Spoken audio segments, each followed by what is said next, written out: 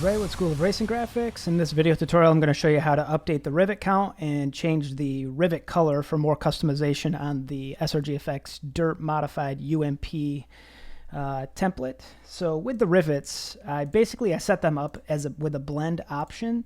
So essentially, you can change the rivet count quite easily without having to go through and delete or add rivets. So you can see here, like there's kind of like a line strike through with the rivets, and what's really happening here is there's two actual rivets, one on each end, and then the blend count is just however many are in here in the middle. So if I go to Object, Blend, and Blend Options, you're going to see it says 7. So that means there's 7 in between my two originals. If I was to say 0, I think it removes them, okay? And now what I have is just 1. I guess 1 is the number that it demands that I at least have 1 in there, okay? So I'm going to go back to Object, Blend, Blend Options, and I'm going to type in 20, which would be an overkill, but you can kind of see now it will count 20 in there. And it's the same setup right here if you want less or more. And on these cars, sometimes there's like a bigger rivet style or bolt style on the ends. And so you can even still modify these if you want to. So I'll go back to my original Object, Blend, Blend Options, and I'll go back to let's say 5. Okay, I've seen it now where there's even less. So let's say we'll go 3, and we'll do something like that. But then they're using like a bigger rivet style. So I'll isolate this by double clicking it, and then you could just grab both of these and essentially make it bigger like that, like it's a bigger rivet. Okay, and then just grab your ends. And so you got to use your direct select tool. Don't grab the rivet itself, but grab the end, because you can see it's going to go wherever you put this end. So I'm just going to put this here and put this here. And now I have the bigger rivet option on the bottom. So you can play with it. There's a lot of options that you can mess with. Essentially, I can delete these 2 static ones and just maybe even add 1 more. So put that right there. It's going to cover that one. That's going to cover that one, not perfectly, but you get the idea. Then I can go back to this option here, go to Object, Path, Blend, Blend Options, and I'm going to type in 4 just so there's 1 more rivet.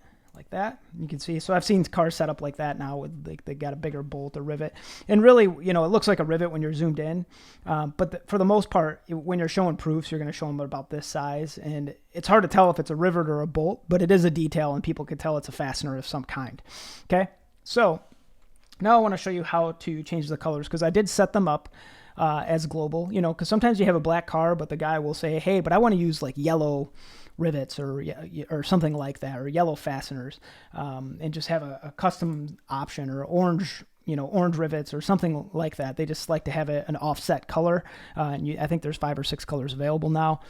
So you can see here in this folder we have our rivets. So we have the dark, the medium, and then the light color. Okay, so let's say we wanted these to be orange. I would just drag and drop my orange skirt color over, and now you can see the body of all the rivets on the entire car goes and updates. And then I'm going to go ahead and move this over here and drag and drop it with the Alt or Option.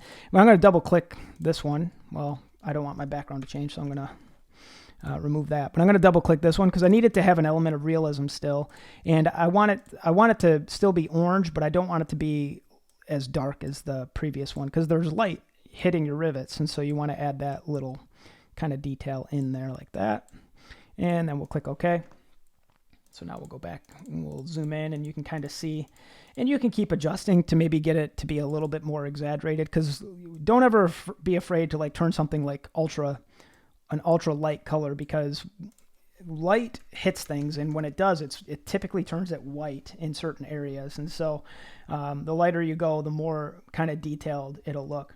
And I would typically, because just standard, leave this probably close to black, but you could, if you wanted to make it match, and just make it a fastener that didn't have any black in it, like a hole there, do something like that. I would probably just leave it black personally, but you could change it to any color. You can change it to a blue rivet or a red rivet, or however you want to do it. So that's basically how you would change your rivet count and your rivet colors globally is just use the swatches that are available and then update the blend count using object and then blend and blend options with the path selected.